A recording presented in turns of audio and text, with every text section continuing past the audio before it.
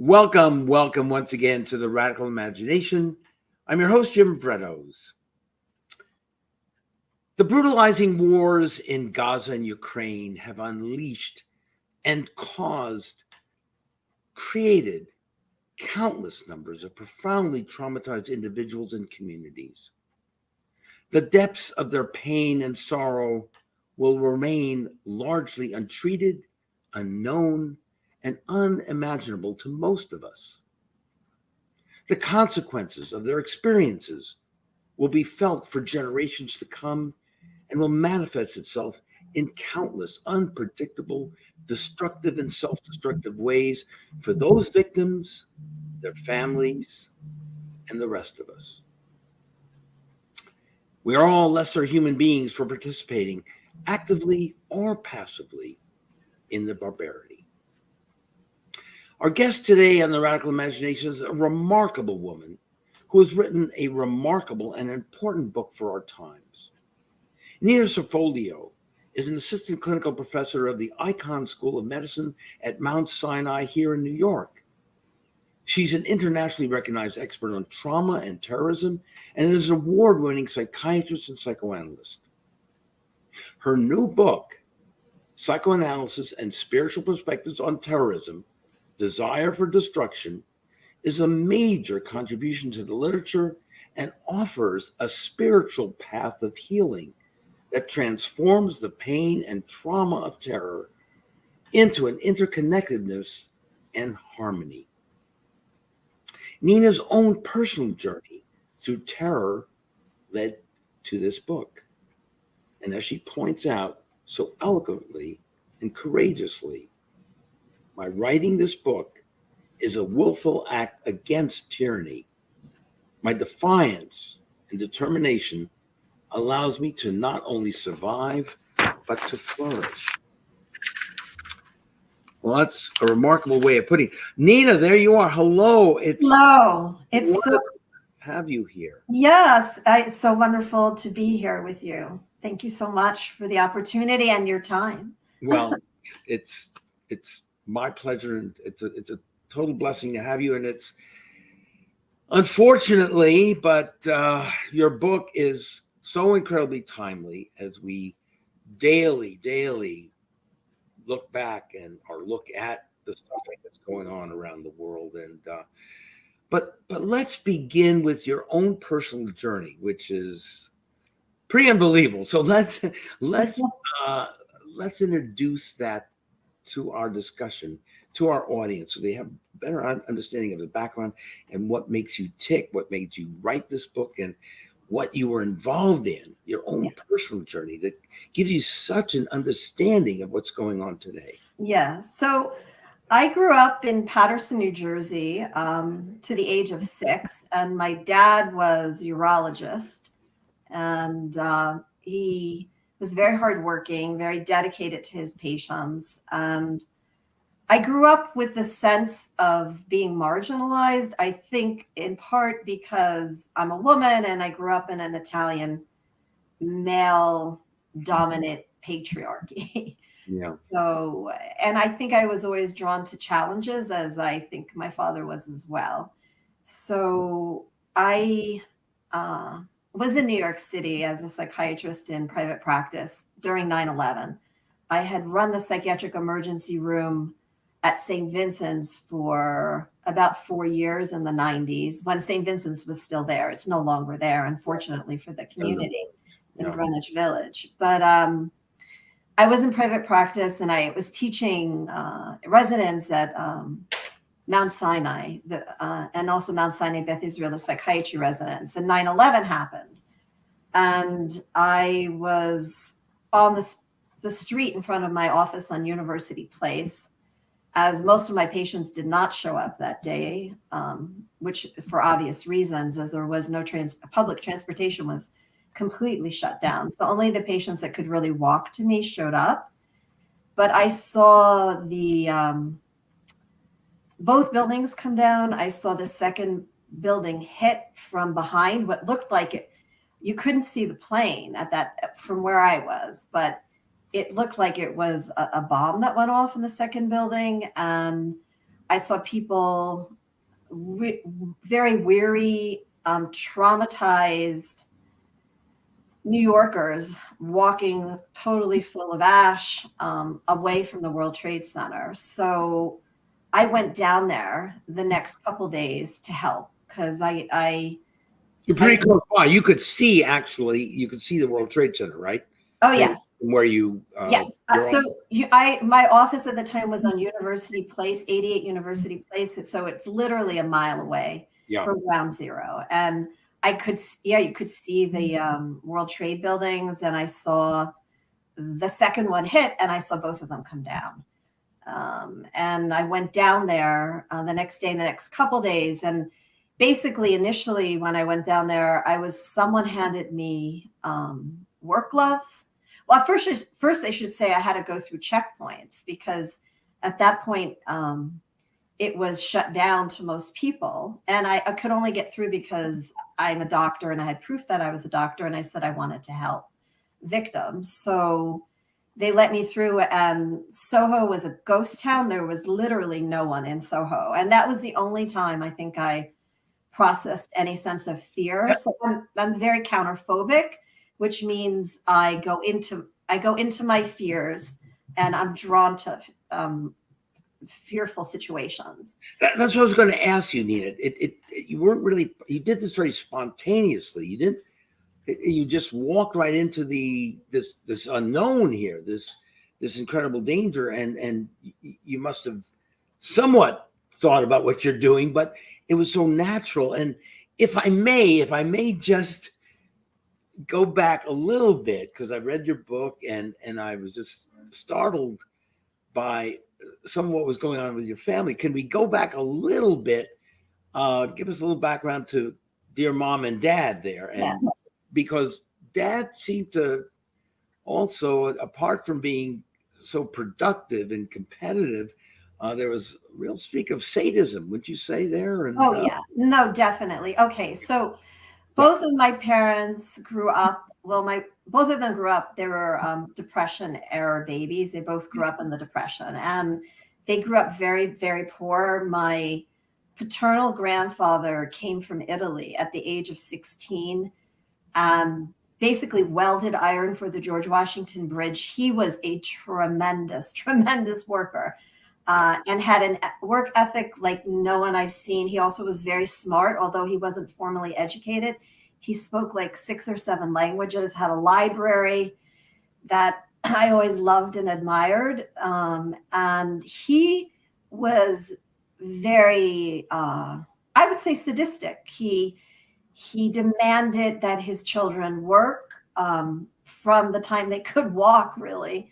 I mean, I remember, so he was a farmer in New Jersey, and he had a tremendous farm of apple trees, pears. wow. He had vineyard. He had grapes that he grew during the Depression. He actually, during Prohibition, he made wine illegally, and he sold it. So, Nina, is it fair to say, and this is the case with so many immigrants as well who came here, particularly during that period, but today as well, that the traumas of the old world was brought to the new world, the memories of that, definitely, and added to it that dimension, and entering into, as you say, the Depression, which is another economically, culturally traumatized period in our history. So layer and layer upon this, and you and your father had to deal with this. Yes, I'm so glad you put it in that context, because it is intergenerational transmission of trauma. So my paternal grandfather's father was he was an orphan. There's no information about his origin, and he was left on the step of a nunnery in northern Italy, in Biella. Wow. And he was very much bon vivant. He actually came to America to bring his family over, and I guess was having so much fun he forgot. So that's why my grandfather came over at the age of 16 and brought his sisters over. So there's definitely a context here of abandonment and poverty and, workaholism and kind of pulling yourself up by your own bootstraps. And I think that with my father, he was the youngest of four. He had three older sisters. And although he was the only one that was put through, he was the only one that went to college and then medical school. But my grandfather was very, very hard. I mean, I remember him squeezing my thighs at the dinner table, like sadistically hurting me. And it was his way of being affectionate. So he was very, if you didn't buck up to what he wanted, he would hit you. He would let you basically have it. So my father grew up in that, almost like in the military, which is similar to how I grew up, which is they broke you down, but they never really built you back up.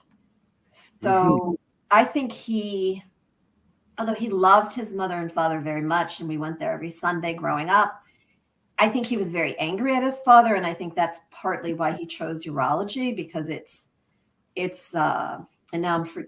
like a sublimation, right? He's so angry at his father that he goes into urology to help men, but also it's surgery. So you have to be somewhat.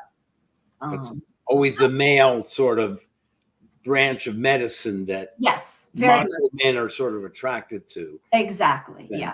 So yes. So, and I think just growing up, he demanded a lot of us as well. We were supposed to be athletes and scholars. Luckily for me and my brothers and sisters, we were all naturally athletes, and we were smart, luckily. And that's how you learned to survive through being so much better or so wonderful at what you were attempting to do. Because again, my Greek side as well, I know how difficult, particularly it is for women to enter into the profession, to even get an education. It's not expected. So they put a lot of, were they, interested in you having an education? Did they resist that, or did they push you toward that? Yeah, that's a great question. So definitely my brothers were put under all the pressure to succeed, especially my older brother,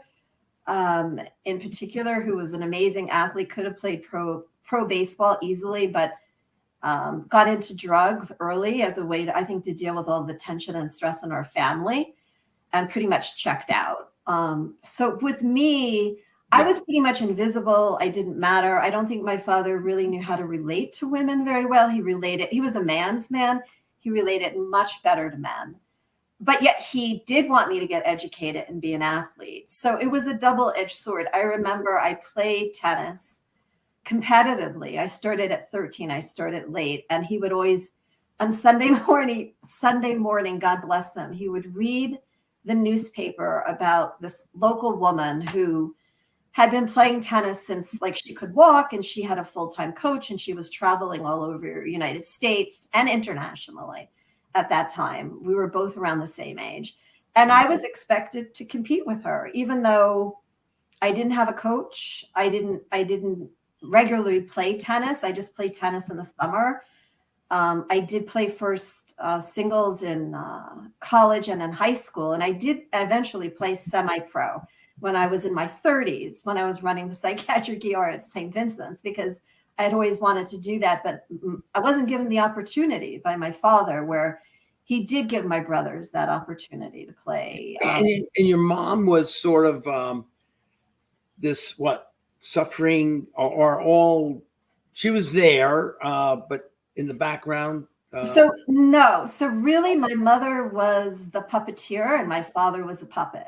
So she very much was in control of everything that happened in our family and really dictated.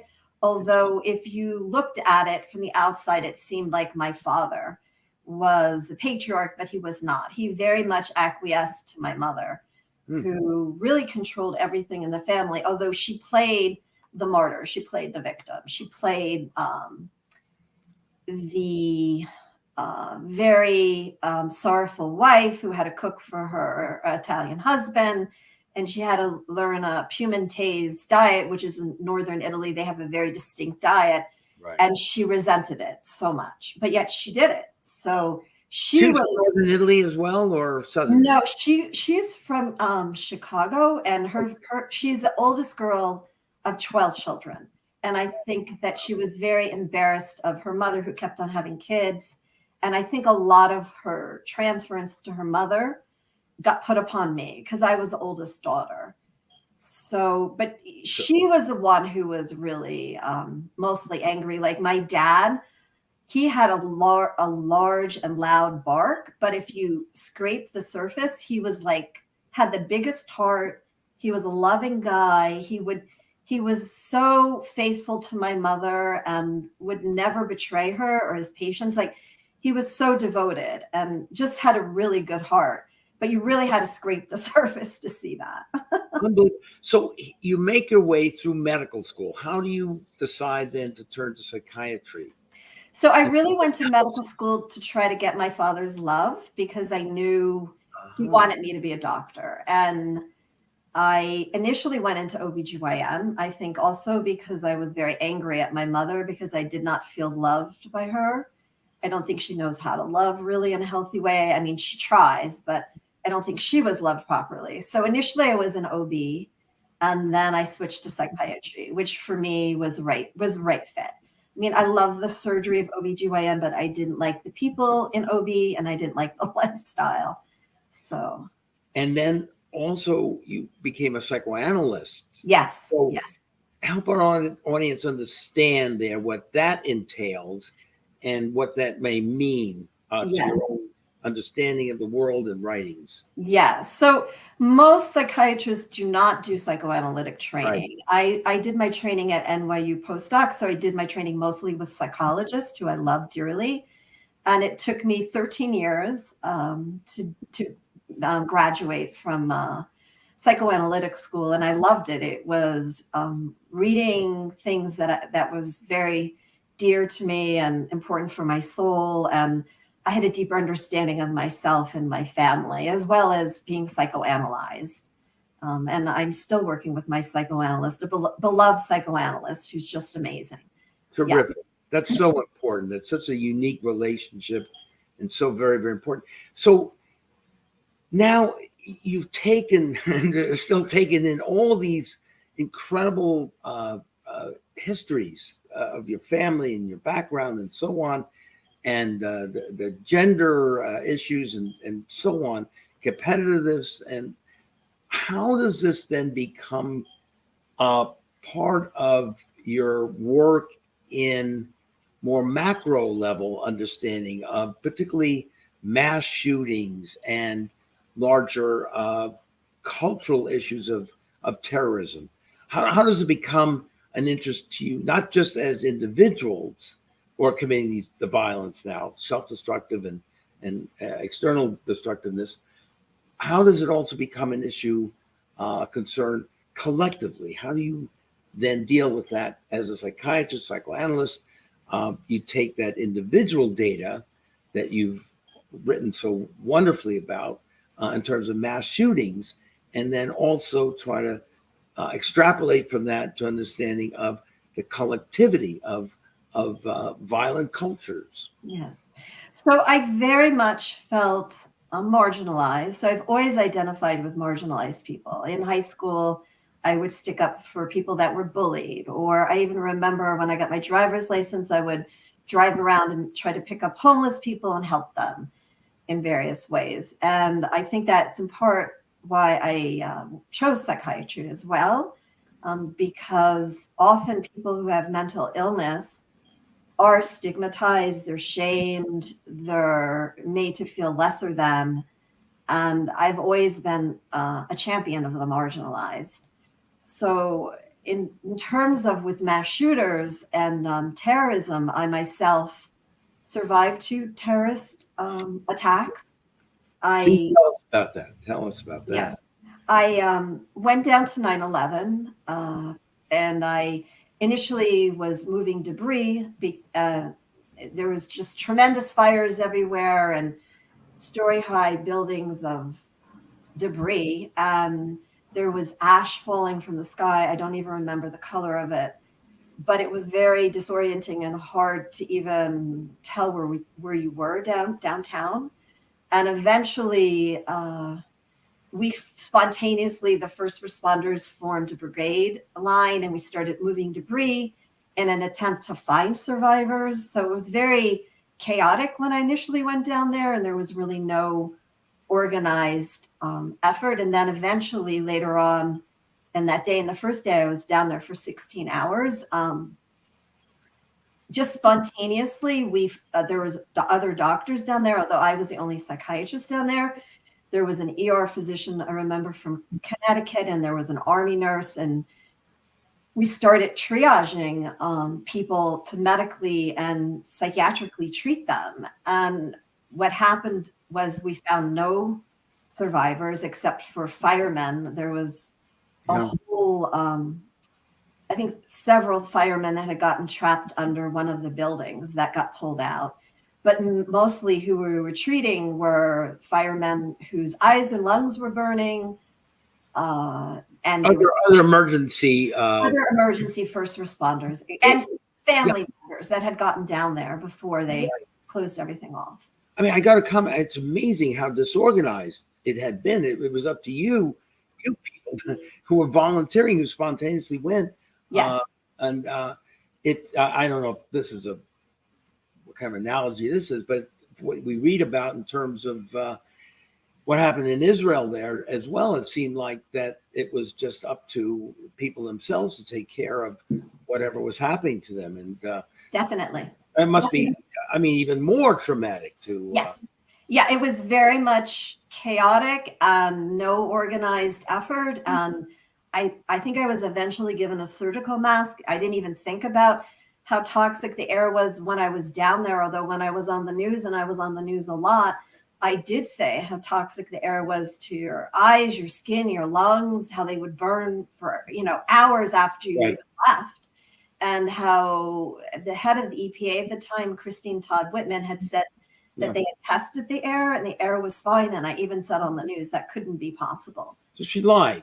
She lied, and she's never been held accountable, which I find amazing. This is a woman who came from privilege. She was then the governor of New Jersey, never held accountable for that. And now there's more people that have died who as first responders from the toxic air than who were actually killed tragically in the 9/11 event. So yeah, very sad. It's more than sad. It's immoral. It's pathetic, and you get an idea of how this destruction, this terrorism, affects all of us in so many different ways, and we pay such a price for it. So all right, so you contract breast cancer. Yes. So I was diagnosed with breast cancer and had to have a mastectomy. I remember my breast surgeon remarked that on my ultrasound they could see my cancer so vividly, and that would be consistent with being poisoned, which is very uncommon apparently. Wow. So I had a mastectomy, and I still am followed very closely and have, it's difficult. So again, the personal consequences of this let's call it for now, mindless violence and devastation and desire for destruction, as your book points out. Yes. Now, you've got to go into this a little bit as well. I mean, this other story is pretty unbelievable too. You were poisoned during you were in Chechnya helping there, and you were poisoned by some sort of agent. Tell us about that now. So in 2005, I chose to go to help Chechens because I'm a medical doctor and I could help them medically and psychiatrically. So I chose to go to to Chechnya during the Second Chechen War. And I was with a man who started international running organization, which I had been very involved with because I was also an ultra marathoner, and I did Ironman. I do triathlons now. But anyhow, we went there to both start an international organization, which we did in Grozny for the disabled children. And also I provided medical care to many of the Chechens that were trapped in Chechnya when we were there, because Chechnya was literally surrounded by the Russian military, very similar to what they did in Georgia and Syria, and what they initially did in Ukraine, but they're doing now in Ukraine. And the only way we got in, because we had to go through many checkpoints, Russian checkpoints, because they controlled Chechnya, was that we had an FSB agent with us who, I wasn't introduced to him as an FSB agent, but I very quickly surmised he was an FSB agent. He was presented to me as a sports writer for Reuters journalism. And he was very, very, very angry. He was very cold. I think he didn't like me, one, because I was a woman, two, because I was a psychiatrist, and also I was a very serious athlete at the time. I was an elite endurance athlete at the time and had like 8% body fat. And mostly he didn't like me because I helped the Chechens and helped them medically and psychiatrically, and they were killing Chechens. So he poisoned me in my food or in my drink. And I had like flu-like syndrome for several days. And then I became violently ill. Like I've never been ill. I had projectile vomiting of blood, diarrhea blood. I had high fevers. I would get out of bed and fall. I mean, I was a serious ultra marathoner and ultra marathon runner. Right? So I'd never had any issues with balance or dizziness. And I knew at that point that I had been poisoned, as if I was my own emergency room patient. And he very much did not want me to continue my work in Chechnya with helping the children and the people of Chechnya, which was my mission, actually. And despite, almost dying there, and there were no doctors there. So Doctors Without Borders had been there, and they had kidnapped one of the female physicians, and I think she was killed. So Doctors Without Borders had left. I pretty much was on your own. On my own, exactly. And so there was no help for me. I was sick in bed for 3 days, delirious, didn't eat anything, lost like 10 pounds. And at that time, I was very thin anyhow. I didn't have 10 pounds to lose.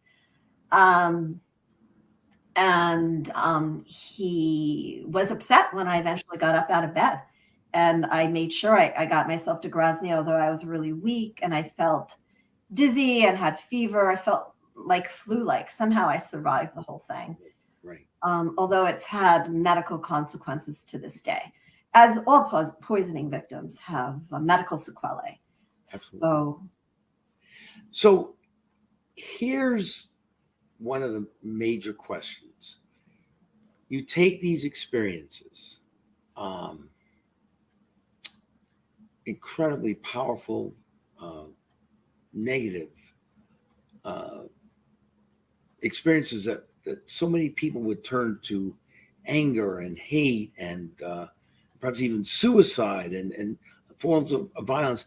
And yet your writings and your understandings through the psychoanalytic process has given you a vision of how these hurts and pains can be transformed, are used in ways to transform individuals as well as societies. That's really the fascinating issue. And that's in a way that one of the major questions of our day is as we see hundreds and hundreds of thousands, if not millions of people being affected now and traumatized in ways that we're going to have to deal with in some manner for the future. So you offer this spiritual journey. Yes. And of understanding and of compassion and so on, also built on the foundation of your understanding of psychoanalysis as well. So if you can, tell our audience a little more about that. Yes. So it turns out that my getting sick and almost dying was a blessing, as I had a spiritual awakening to the fact that all of us are interconnected. What we do or don't do has consequences for other people throughout the world. And I realized that my actions, whether I chose to do something or not, had reverberations for other people throughout the world. And it does for everyone. And that we're all in this together. We're all interconnected. What we do or don't do has consequences. So an example is in Chechnya, I think in part because they're Muslim and it was part of Russia. And also Putin presented it as that Chechens were terrorists and that this was a fight against terrorism. And so the West, our country, joined him in that mentality, when in actuality, Putin had set up the Moscow apartment bombings, which were blamed on the Chechens, which was his excuse to go into Chechnya to kill 200,000 civilian Chechens. Yeah. And, they were found having, the FSB agents were found planting bombs under another civilian building. Well, we did that too in the Gulf of Tonkin. Yes, exactly. We've done the exact same thing. And we went into Iraq and Afghanistan as vengeful consequences. Pretenses as well. Yes. But so, it has consequences. So, and I write about it in my book, which is the Boston Marathon bombers identified as Chechen. They lived in Chechnya for a while. They dislocated out of Chechnya because of the violence. They were the lucky ones who could leave, but they felt this Muslim sense of shame and impotency that, so many of the Chechens were maimed, were similar to what's going on in Gaza Strip. Their legs were blown off. I mean, one of the boys I worked with, he was caught in sniper fire. His penis was blown off. He lost one leg and one arm, and he survived somehow. So these people are suffering unimaginable trauma, violence, horror every day, and the world didn't pay attention to it. And they feel like their back is up against the wall. They have nothing to live for. So with the Boston Marathon bombers, their family came here from Russia and lived a very marginalized life, were very poor. The sisters were caught stealing food because they were starving in America. And the oldest brother was, I think he was a wrestler or a boxer, and he wanted to be in the Olympics and didn't make it, and then got married to an American nurse and had a baby girl and was recruited by the American CIA to be a mosque crawler to report on terrorism in Russia, Chechnya, and America, because he spoke Chechen and Russian, and promised him a green card after a year. And they reneged on that, did not give him his green card. And I'm not excusing their behavior, but there's a context to understand it within. And I think he just felt impotent, and there was nothing, like he couldn't get a job. He couldn't support his family. His wife was supporting his family. And, Yeah. You've used the term, of course, mental illness. You've just used the term shame. Now, help us understand that, understanding that most so-called mentally ill people are not violent, but you do make an exception, or you feel that, especially when it comes to mass shootings, and I don't know, or you're talking also about collective violence.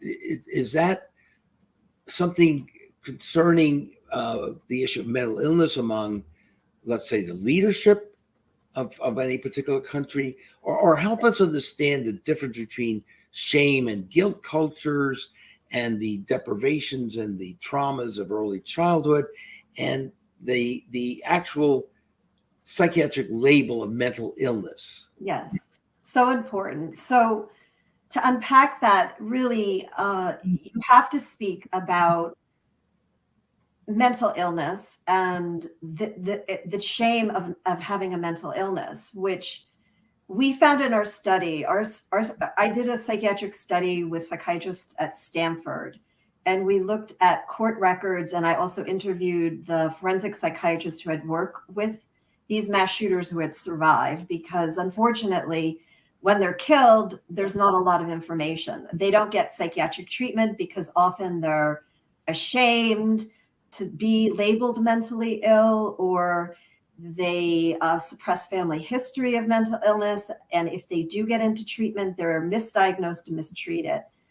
Or often because they're delusional, they want their message to come out that they don't want to be labeled mentally ill because they feel that their message won't be heard. That was with Dylan Roth, who felt that Black men were raping white women and he wanted to start a race war.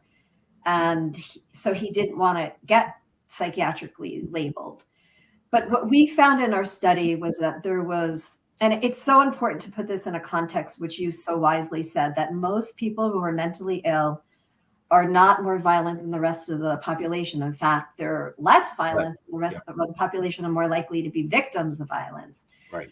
Nonetheless, we found in our mass study research that many of these domestic mass shooters, some of which who were labeled terrorists, were marginalized, had a history of sexual, physical abuse growing up, were shamed and bullied.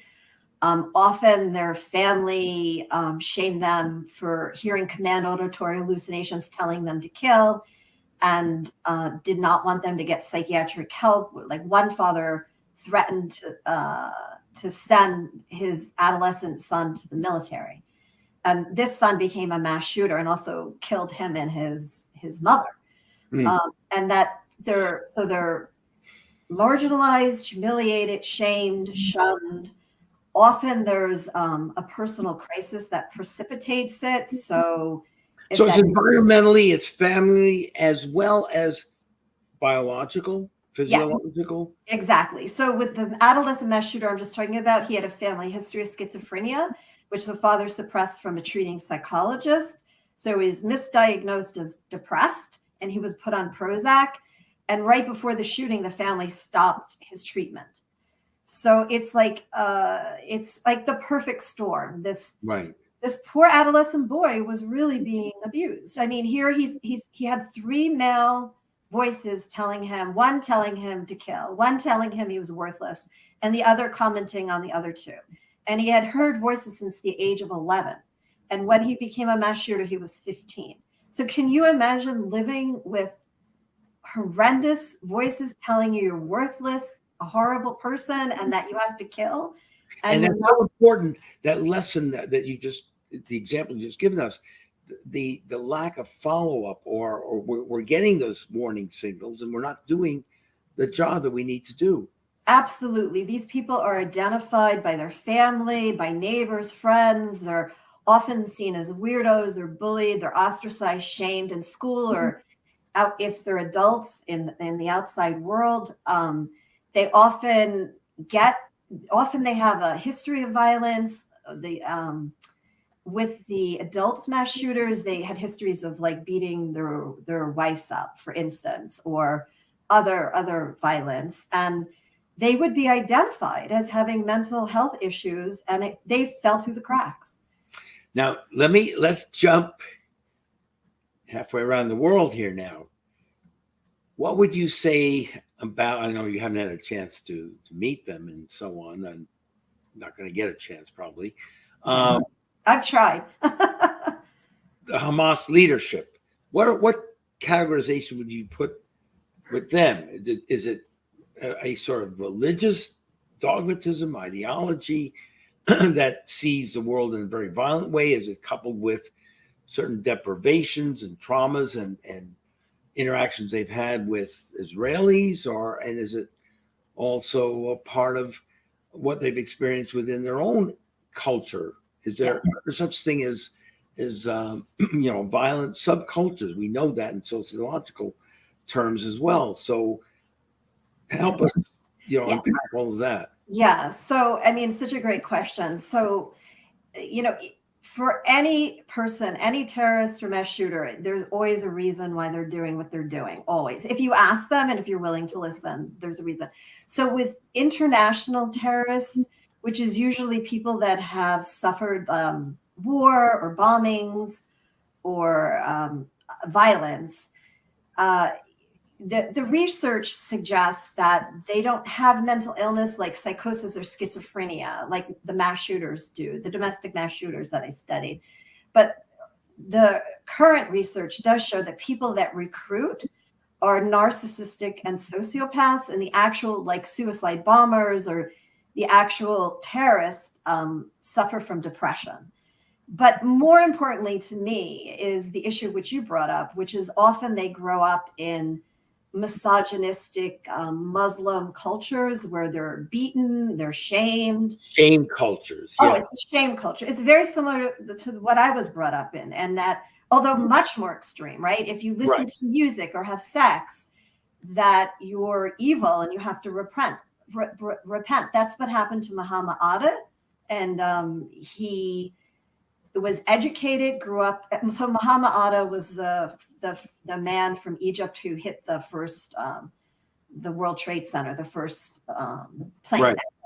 First plane. Right. And he grew up in a very wealthy family. His father shamed him. He was very effeminate looking. He was quite beautiful. His father called him mama's boy and a little bird and mocked him for his being effeminate.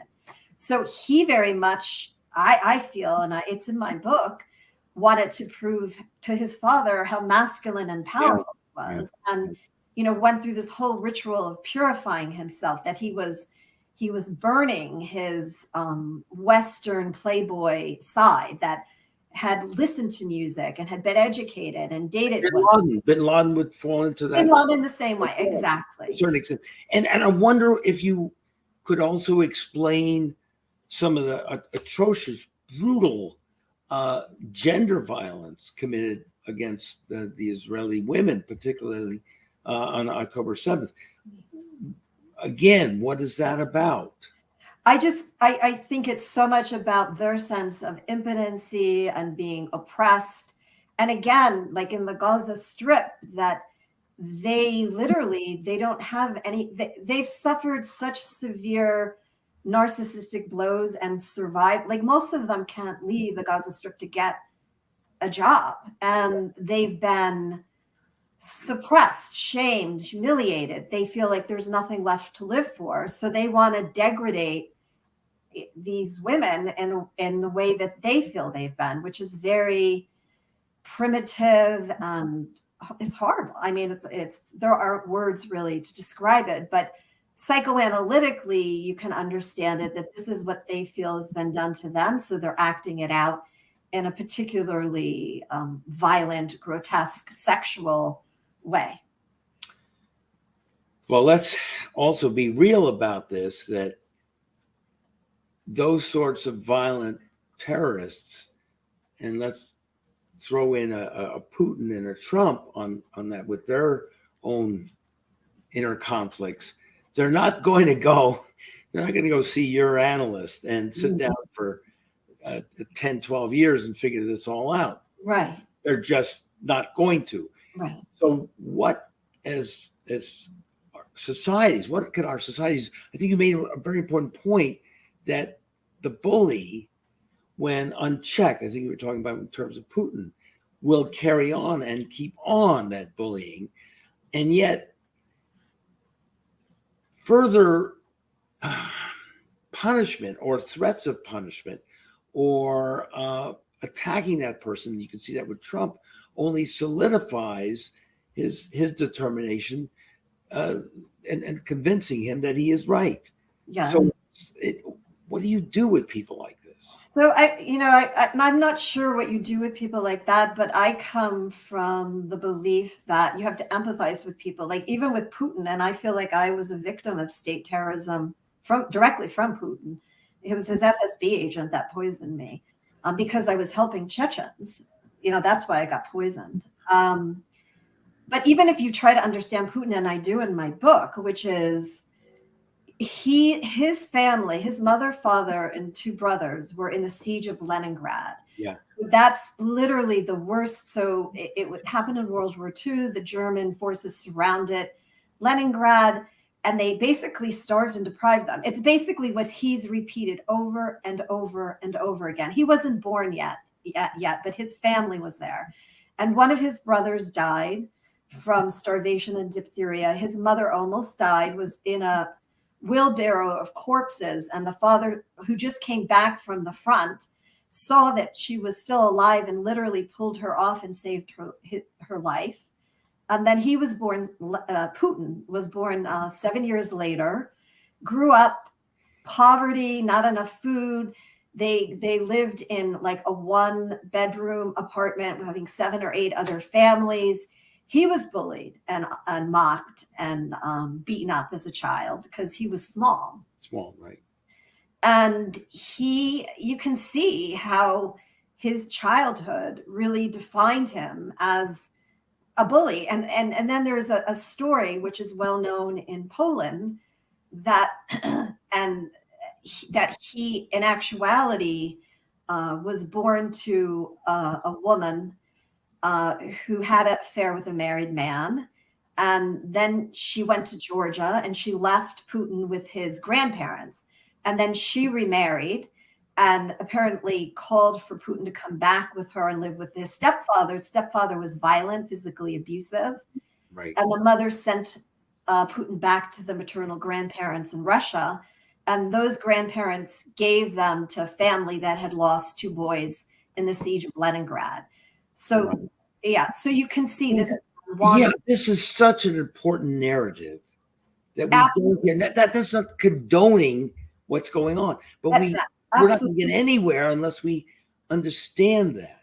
Yes, absolutely. And the history. He repeated his trauma over and over in Chechnya, in Syria, in Georgia, now in Ukraine. I mean, over and over and over again, he recreated his childhood trauma. And to me, I know it sounds like an oxymoron, but it's having empathy for him and Trump and mass shooters in particular, because they are psychotic. But, trying to understand where they're coming from, the context of it.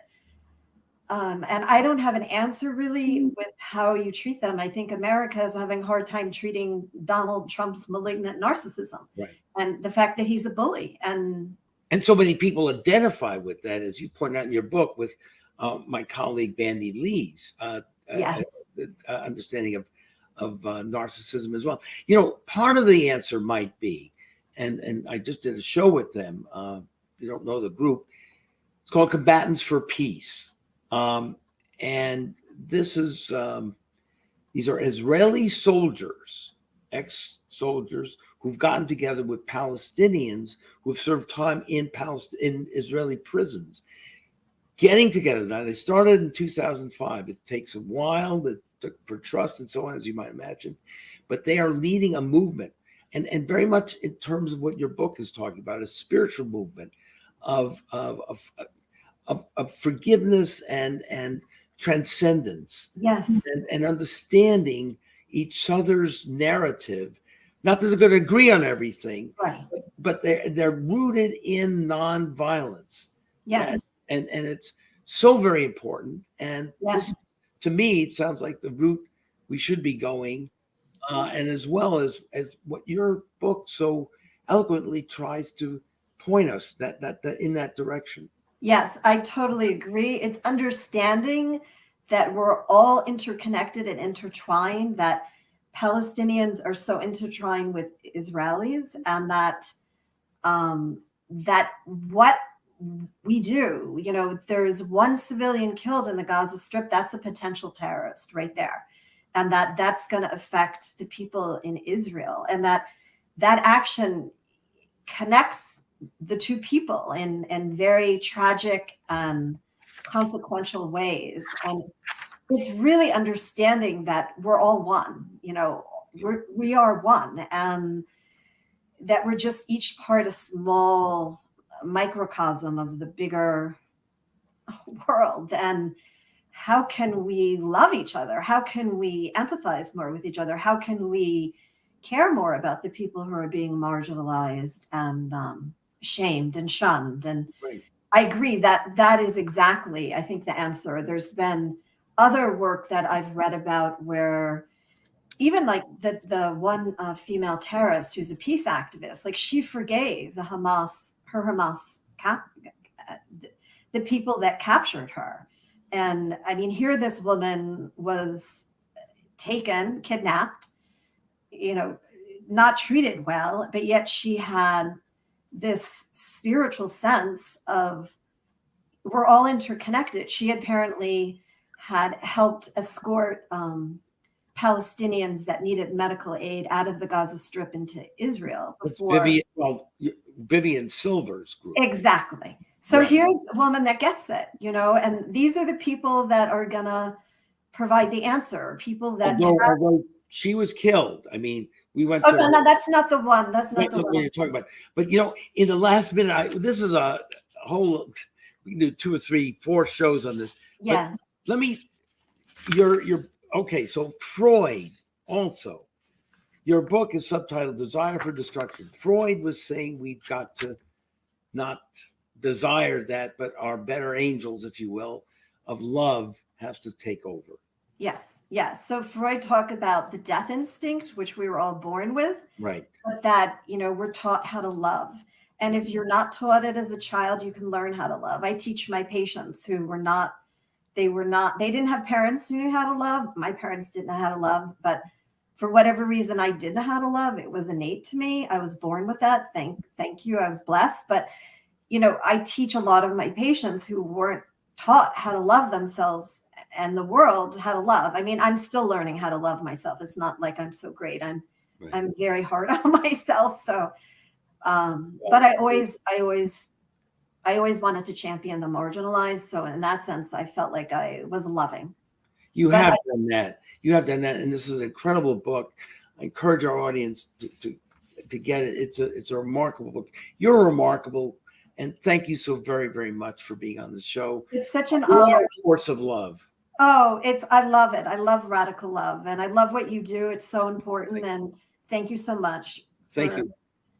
Everything. Thank you. Thank you. Thank you so very much, Nina, and thank you all for being with us this week on The Radical Imagination. This is Jim Fredos. We'll see you again next week on The Radical Imagination.